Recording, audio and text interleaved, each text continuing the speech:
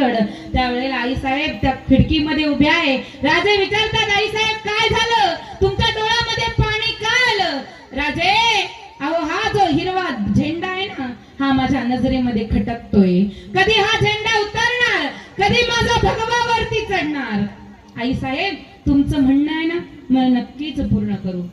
महाराज, त्यावेळेला माझ्या राजाचा अत्यंत जवळचा मित्र असणारा कोण, तानाजी, त्याच्या लेकाचं लग्न ठरलेलं होतं म्हणून तो पत्रिका घेऊन आला. राजे शांत आहे, काही बोलत नाही. आई साहेबांना पत्रिका दिली. आई साहेब सांगतात, बाळा आम्ही नक्की लग्नाला येऊ. पण राजे काही बोलत नाही, राजांच्या चेहऱ्यावर हसू नाही. त्यावेळेला तानाजी विचारतो, राजे राजे काय झालं? राजे, अहो राजे काय झालं? त्यावेळेला सांगितलं तानाजी, अरे गड, आधी लगीन, मग म्हणतो कोंढाण्याचा, आणि मग माझ्या रायबाचं, आणि मग महाराज निघाले कुठं?